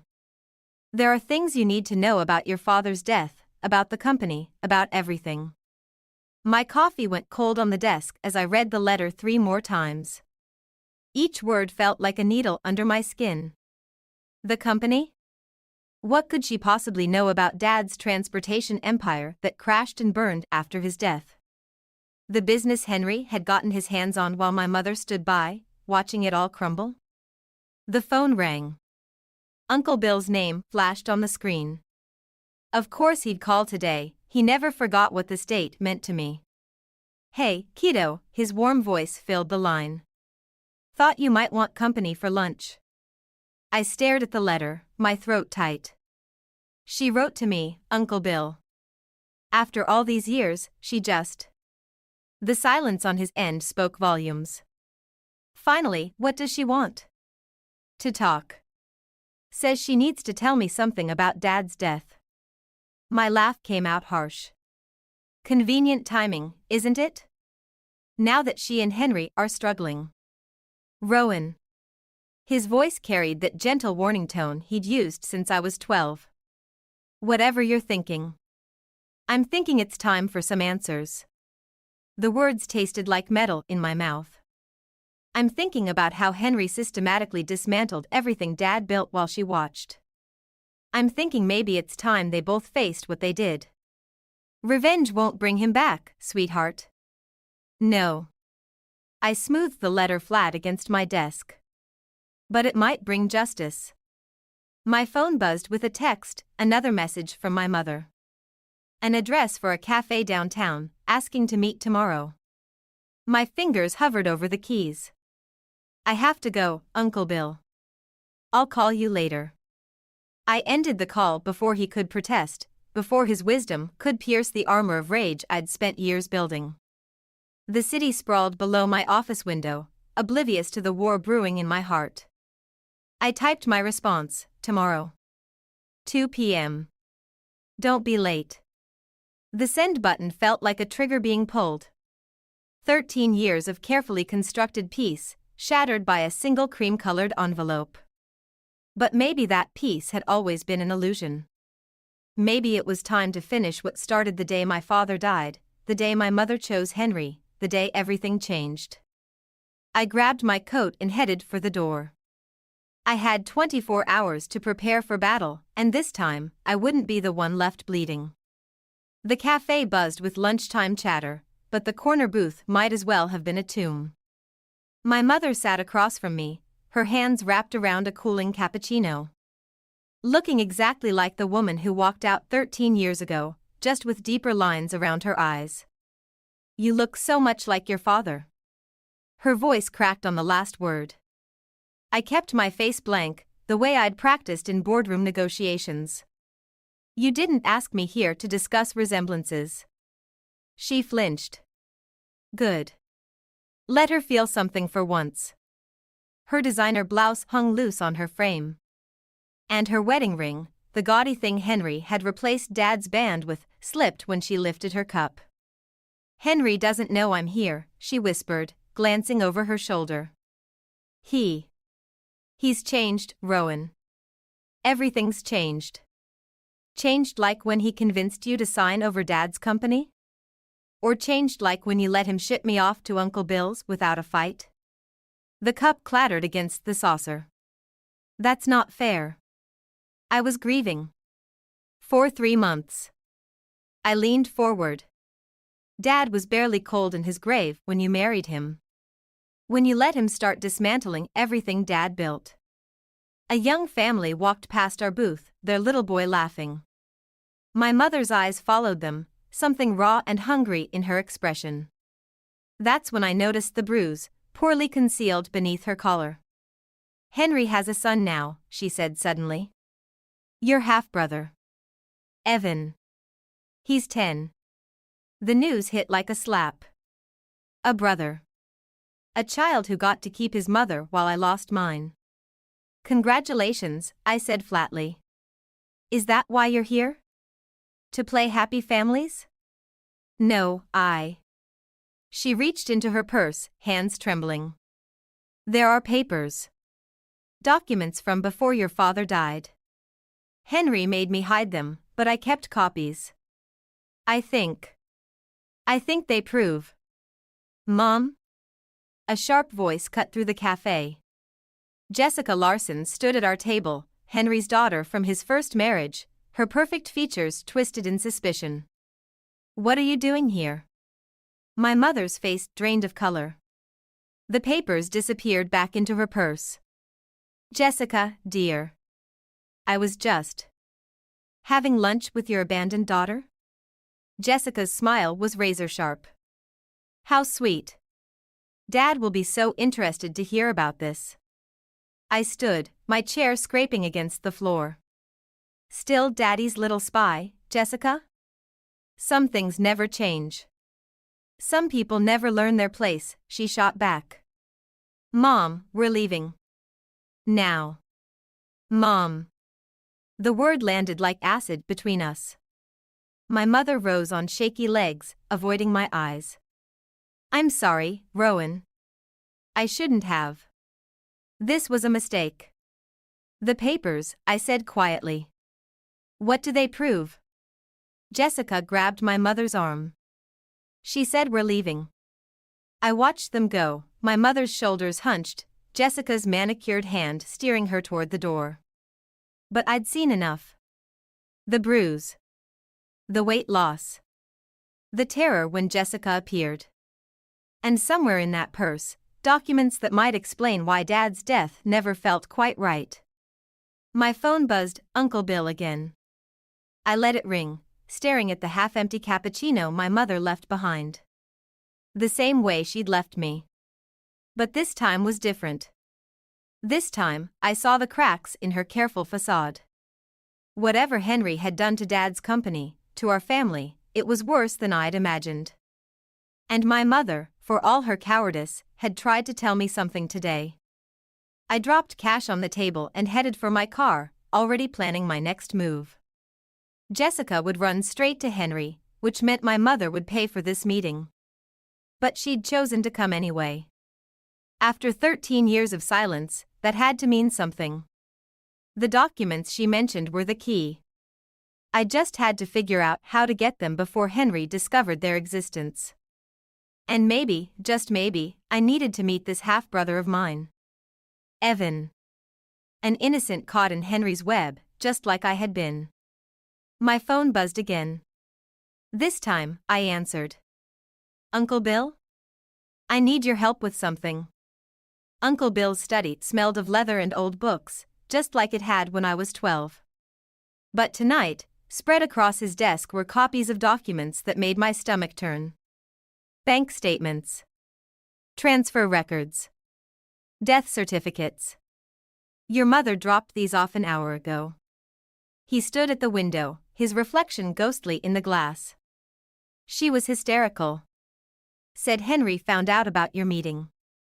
I picked up the medical examiner's report from Dad's accident. Heart attack while driving seemed too neat, too convenient.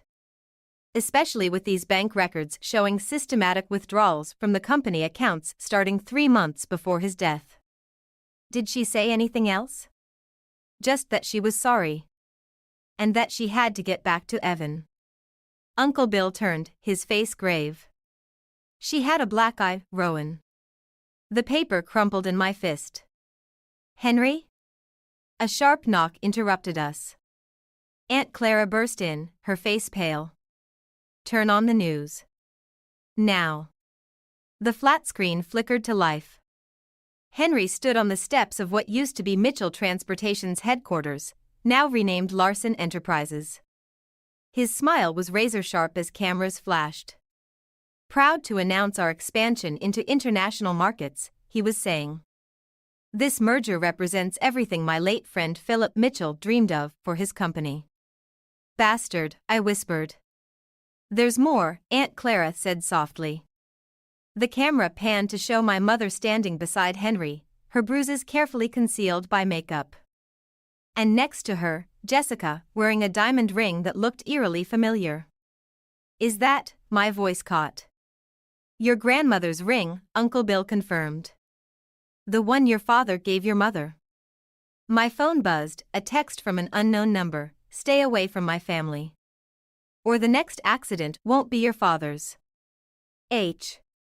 The threat hung in the air like smoke. Uncle Bill reached for the phone, but I pulled back. He's admitting it, I said. He's practically confessing to killing Dad. Rowan. Look at these numbers. I spread the bank statements across the desk. 3 months before Dad died, Henry started moving money. small amounts at first, then larger. The day after the funeral, he married Mom and took control of everything. You can't prove any of this means? I can. A new voice joined us. We turned to find Jessica leaning against the doorframe, twisting my grandmother's ring on her finger. Uncle Bill moved protectively in front of me. How did you get in here? Your housekeeper knows me from the old days. Her smile was cold. I came to make a deal. With the person wearing stolen property? I shot back. With the person who has proof that your precious daddy wasn't as clean as you think. She pulled an envelope from her designer bag. Henry didn't just take over the company, Rowan. He saved it from your father's gambling debts. You're lying. Am I? She tossed the envelope onto the desk. Daddy Dearest had a secret account in the Caymans. He was bleeding the company dry long before Henry stepped in. Mom, your mother, knew. That's why she turned to Henry for help. My hands shook as I opened the envelope. Bank statements, betting slips, loans, all in my father's name. Why are you showing me this? Jessica's facade cracked slightly. Because Henry's going to destroy everything, including my mother's shares in the company. He's already started with your mother. I want him stopped, but I need your help. The room felt too small, too full of ghosts and lies. Dad's gambling. Mom's betrayal. Henry's violence. And now Jessica, offering an alliance I never saw coming. What exactly are you proposing? Uncle Bill asked. A trade. Jessica twisted the ring off her finger and set it on the desk. This, plus everything I know about Henry's dealings, in exchange for your help taking him down legally. Through the board, the shareholders, whatever it takes. I stared at my grandmother's ring, remembering how it looked on Mom's hand before everything fell apart. Why should I trust you? Because Henry hurt my mother too. Jessica's mask slipped further, showing something raw underneath. And because I know what really happened the night your father died.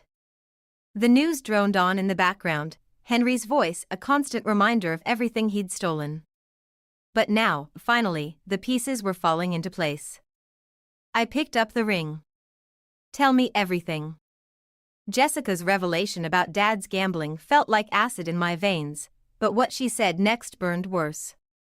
Henry didn't just find your father that night. He orchestrated the whole thing.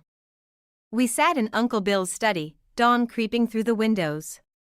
The documents were spread across the desk like a roadmap of betrayal. Dad was meeting his bookie, Jessica continued, her composure cracking. Henry knew about it. He'd been tracking the gambling for months, waiting for the right moment. Uncle Bill's hand gripped the back of my chair. How do you know all this? Because I helped him. Jessica's voice broke. I was young, angry about my mother. Henry promised if I helped him take over Mitchell Transportation, he'd make sure I got what I deserved. A knock at the door made us all jump. Aunt Clara entered, her face ashen. Rowan, your mother's here. She's with Evan. My half-brother. The child who got everything I lost. Send them away, I said, but Jessica grabbed my arm. Wait. Evan might be the key. Henry's been moving money into trust funds under his name. If we can prove. He's 10 years old, I snapped. I'm not using a child as a weapon. Like Henry used you? Jessica's words hit their mark. I found them in the kitchen. Mom looked worse than at the cafe, her movements jerky and nervous. But Evan, he had Dad's eyes. He sat at the counter, homework spread out, looking so normal it hurt. Hi, he said, glancing up. Are you really my sister? Mom flinched. Evan, honey, why don't you go watch TV while I... No. The word came out sharper than I intended. Let him stay. We're all family, aren't we, Mom? She touched her wedding ring, Henry's ring, like a talisman. Henry's planning something. He's been meeting with lawyers, changing accounts. When he found out about the documents I gave Bill. He hurt you. It wasn't a question. Evan's pencil stopped moving. His shoulders tensed, and suddenly I saw what I'd been missing. The careful way he held himself. The watchfulness in those familiar eyes. Does Henry hurt you too, Evan? The silence was answer enough. Rowan, please, Mom whispered. I didn't know what to do. He controls everything, the money, the house, our lives. I thought I could protect Evan if I just. Like you protected me? The words tasted like ash. Jessica appeared in the doorway, her presence making Mom shrink further. Henry's on his way.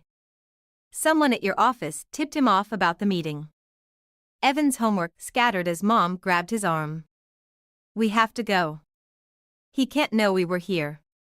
No. I moved between them and the door. You're not running this time. Not from him, not from the truth about Dad. What truth? Evan asked. Mom went pale. Rowan, don't. Your father killed mine. The words hung in the air like smoke. And our mother let him do it. Evan looked at Mom, really looked at her, maybe for the first time. Is that true? Before she could answer, car tires crunched on the gravel outside. Uncle Bill appeared with my coat. Back door. Now. Take them to the lake house. We'll handle Henry. I'm staying, Jessica said. He'll suspect something if I'm gone. I grabbed Mom's purse, Evan's backpack. Why are you really helping us, Jessica? Her smile was bitter. Because Henry killed my mother too. Heart attack, just like your father. I just couldn't prove it, until now. Headlights swept across the windows. Mom clutched Evan's hand, and in that moment, I saw the mother she could have been, should have been, to me. We have to go, I said, taking Evan's other hand. All of us. As we slipped into the pre-dawn darkness, I heard Henry's voice booming through the house. But for the first time since Dad died, I wasn't running from the past. I was running toward justice. And this time, I wasn't alone. The lake house felt like a fortress of secrets. 3 days we'd been here, and each hour brought new revelations from Mom's files. I sat at the kitchen table, spreadsheets and bank statements creating a paper trail of destruction. You should eat something, Mom said, hovering nearby with a plate of sandwiches. Playing mother now, when it was far too late. Evan sat cross-legged on the couch, headphones on, trying to disappear into his video game. He hadn't spoken much since learning about Dad's death. My phone buzzed, Jessica's burner number. Henry's making moves. He's called an emergency board meeting for tomorrow. Something about restructuring the company's assets. He's going to transfer everything before we can stop him. I glanced at the documents spread before me. We need more time. We don't have it. Jessica's voice cracked. He's been asking questions about Mom's death. I think he knows I found her medical records. A crash from the living room made us all jump. Evan stood amid the remains of a glass of water, shaking. Someone's outside. I moved to the window, careful to stay hidden behind the curtain. A black SUV idled at the end of the driveway, its headlights off. Get your things, I told them. Now. Mom grabbed the files while I shoved laptops into bags. Evan stood frozen, staring at the door. It's okay, I said, taking his hand. We're going to. The window exploded inward. Mom screamed. I pulled Evan down as glass rained around us. Back door, I hissed, pushing them toward the kitchen. But as we reached it, headlights swept across the yard. Another SUV. My phone rang, Uncle Bill's ringtone. I answered on speaker as we huddled in the dark kitchen. Henry's gone insane, he said without preamble. He's filed kidnapping charges against you, Rowan. Claims you took Evan against court orders. What court orders? The ones he forged this morning, backdated to last year. He's got judges in his pocket, sweetheart. You need to bring Evan back now. Mom clutched Evan closer. No. He'll hurt him. If we go back, we lose everything, I said. The evidence about Dad, about Jessica's mother. If you don't, Uncle Bill cut in, you'll lose your freedom. Henry's serious about the kidnapping charges. And he's named Jessica as a co-conspirator. The sound of car doors slamming outside. Heavy footsteps on gravel. There's another way, Evan said suddenly. His voice was steady, older than his years. Dad's laptop. The one in his study. He never lets anyone touch it, but I know the password. I've seen him enter it. Mom stared at him. What's on it? Everything. I've watched him sometimes, late at night. He keeps files about everyone, you, Rowan, Jessica's mom. He calls it his insurance. A fist pounded on the front door. Mrs. Larson? This is the police. We have a warrant. Jessica's voice crackled through the phone. I can get to the laptop. But you have to create a distraction. Give them Evan, let them think they've won. No, Mom and I said simultaneously. Trust me, Jessica insisted. Henry will be focused on you, Rowan. On punishing you. He won't expect me to betray him. Not his loyal daughter. The back door handle jiggled. Time was up. I looked at Evan, seeing Dad's strength in his face. Your choice, buddy. What do you want to do? He squared his shoulders. I want him to pay. For everything. Mom touched his cheek, then mine. For the first time in 13 years, I saw my mother instead of Henry's wife. Together, then. I nodded to Evan. Remember the password? Phoenix rising, he said. Because Dad always says he rises from the ashes. The irony wasn't lost on any of us. The door burst open, flashlights cutting through the darkness. As officers swarmed in, I met Jessica's eyes through the phone screen and gave an imperceptible nod. The game was changing. Henry thought he was the Phoenix, but he'd forgotten one thing: in order to rise from the ashes, first you have to burn. The interrogation room smelled of stale coffee and defeat. Across the table, Detective Martinez spread out photos like playing cards: the lake house, Mom's bruises, Evan's scared face. Kidnapping. Conspiracy. Corporate espionage. She tapped each charge with a manicured nail. Mr. Larson has quite a story about you, Miss Mitchell. Through the one-way glass, I sensed Henry watching, savoring his victory. Mom and Evan were somewhere in the building, separated, probably terrified. And Jessica, radio silence since the raid. Where's my lawyer? On his way. But we both know how this looks. Martinez leaned forward. A successful businesswoman suddenly snaps, manipulates her troubled mother, endangers a child. I was protecting them. From what? A respected CEO? A man who, by all accounts, saved your father's failing company? The door opened. Henry walked in, followed by Uncle Bill.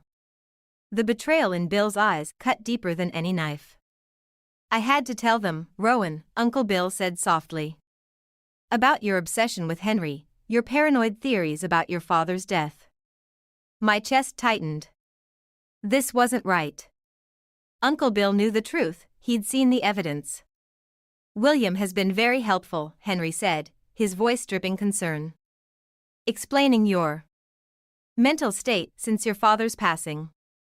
How you never accepted his gambling problem, his suicide. Suicide? The word exploded from my lips. You murdered him. Martinez's pen scratched across her notepad. Henry shook his head sadly. You see? This is exactly what we're worried about. The delusions, the accusations. Just like your father near the end. My phone buzzed in the evidence bag on Martinez's desk. Jessica's burner number. But the detective reached it first, reading the message aloud. It's done. I'm sorry, Rowan. He gave me no choice. Henry's smile widened fractionally. Of course. He'd gotten to Jessica too, probably threatened her mother's insurance payout or worse. Your accomplice seems to have had a change of heart, Martinez noted. The evidence bag also contained Mom's files, but I knew without looking they'd been altered or replaced. Henry was too thorough, too connected. He'd planned this perfectly. Where's my mother? I asked, hating how my voice shook. Safe, Henry said. Getting the help she needs. And Evan is back where he belongs, with his father. You're hurting them. I'm protecting my family. He turned to Martinez. Just like I tried to protect Philip Mitchell from his gambling debts. Some people simply can't be saved from themselves. Uncle Bill wouldn't meet my eyes. Had Henry threatened him too? Or worse, convinced him I really was losing my mind? Your father's suicide note, Martinez said, sliding a familiar piece of paper across the table. Found in Mr. Turner's possession. Care to explain why you never mentioned it? The signature was perfect, Dad's exact handwriting. Henry must have been planning this for years, collecting samples, waiting for the right moment. That's not real, I whispered, but doubt crept in. What if I had been wrong? What if Dad's gambling, his death, everything I thought I knew? We can help you, Rowan, Henry said gently. There are excellent facilities. Go to hell. Martinez gathered her files. I'll give you a moment with your uncle. Mr. Larson, if you'll come with me. They left. The silence stretched between Bill and me like a chasm. What did he threaten you with? I asked. Rowan, please. Stop fighting. For your own good, just stop. Did you know? About Dad's gambling? Was I wrong about everything? He reached across the table, but I pulled away. Sometimes the truth isn't what we want it to be. My last ally, gone. And somewhere in this building, Mom and Evan were alone with their abuser. Jessica had betrayed us. And every shred of evidence we'd gathered had vanished or been twisted against me. The worst part? For just a moment, I wondered if Henry was right. If grief and anger had warped my memories, turned coincidence into conspiracy. But then I remembered Dad's eyes the last time I saw him alive. Trust your instincts, kiddo, he'd said. The truth always rises. Like a phoenix from the ashes. Detective Martinez's office door burst open. Jessica strode in, Henry's laptop clutched to her chest, Aunt Clara right behind her. Sorry I'm late, Jessica said, her smile razor-sharp. Traffic was murder. Henry's face drained of color. Jessica, what are you? Phoenix rising, Dad. She set the laptop on Martinez's desk. Isn't that what you always say? Right before you destroy someone? Martinez looked between us, her professional mask cracking. What's going on? Show them, I said quietly. Jessica opened the laptop, pulled up files. Everything's here. The offshore accounts, the forged documents, the real medical reports for both Philip Mitchell and my mother. Henry lunged for the computer, but Uncle Bill caught his arm. Don't, Bill said, his voice heavy with regret. It's over, Henry. You were in on this? Henry snarled. Had to make you think you'd won. Bill's grip tightened. Had to keep you focused on Rowan while Jessica got what we needed.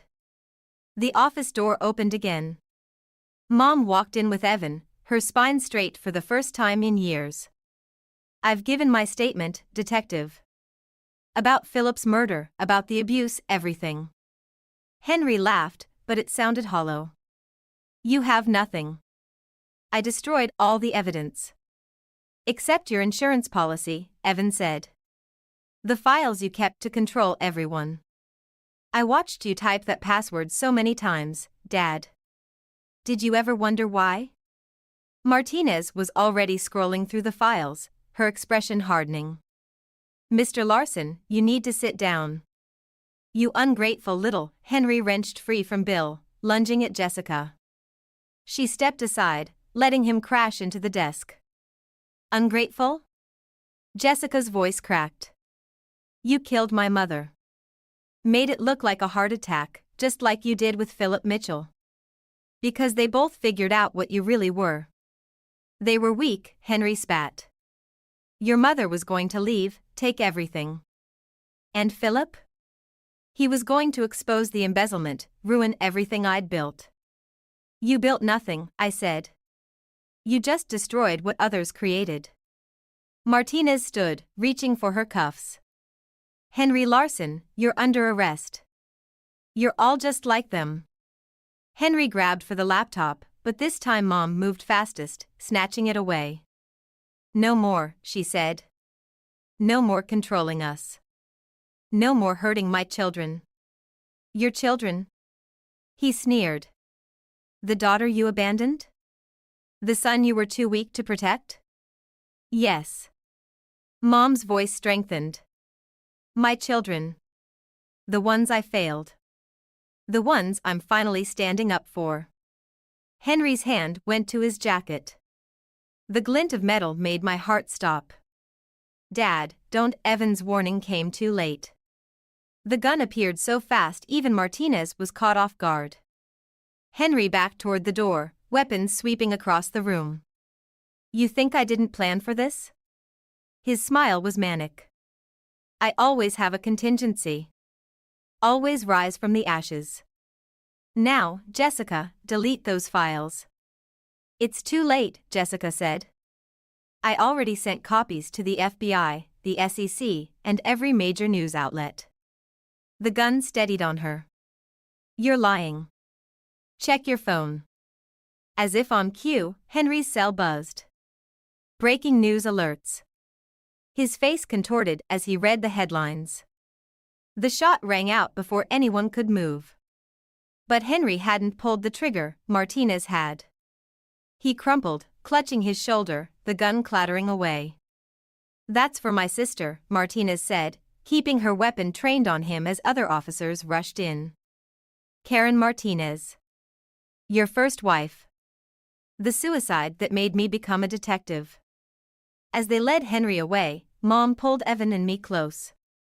Jessica stood apart, watching her father's destruction with empty eyes. Jessica, I called. Thank you. She turned, Dad's ring glinting on her finger. I didn't do it for you.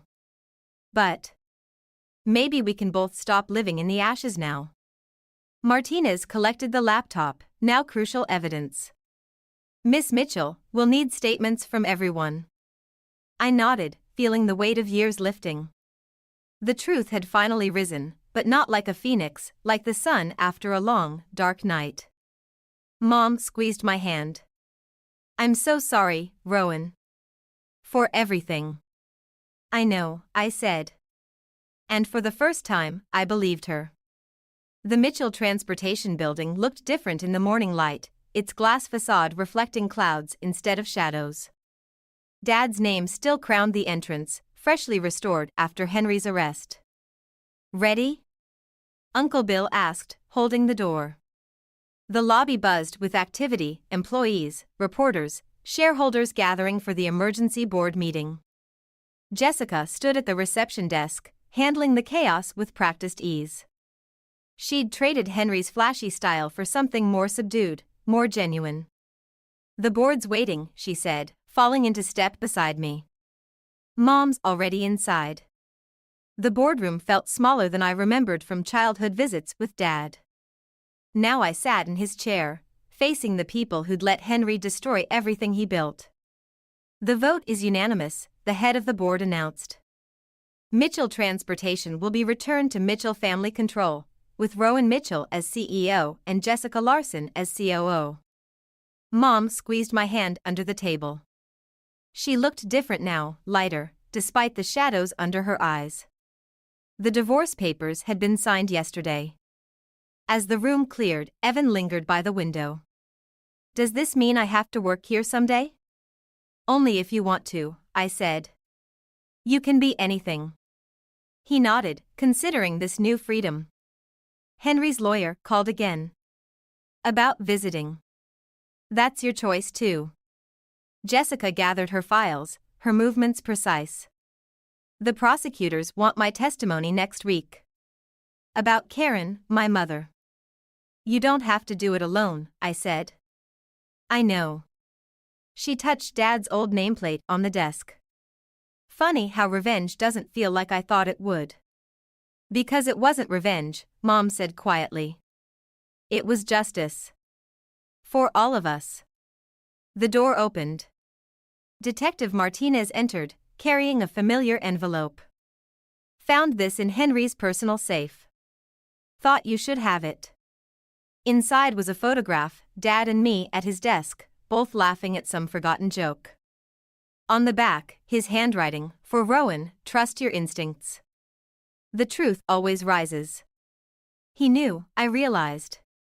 He was gathering evidence against Henry before he died. And Henry kept the photo as insurance, Jessica added. Typical. Always keeping score. Martinez nodded to the boardroom window. Speaking of scores, you've got company. Outside, protesters gathered. Former employees Henry had fired, families he'd destroyed, all demanding answers. Their anger was justified, but it wasn't my burden anymore. What do we do? Evan asked. We rebuild, I said. Not just the company. Everything. Jessica straightened her jacket. I'll handle the press. I'll help, Mom offered. When Jessica hesitated, Mom added, please. Let me try to fix something. They left together, an unlikely alliance born from shared wounds. Evan followed, already comfortable in his role as the bridge between our fractured families. Uncle Bill studied the photo in my hands. You know, Phil once told me his biggest regret was not teaching you everything about the business before. Well, he taught me enough. I set the photo on Dad's desk, my desk now.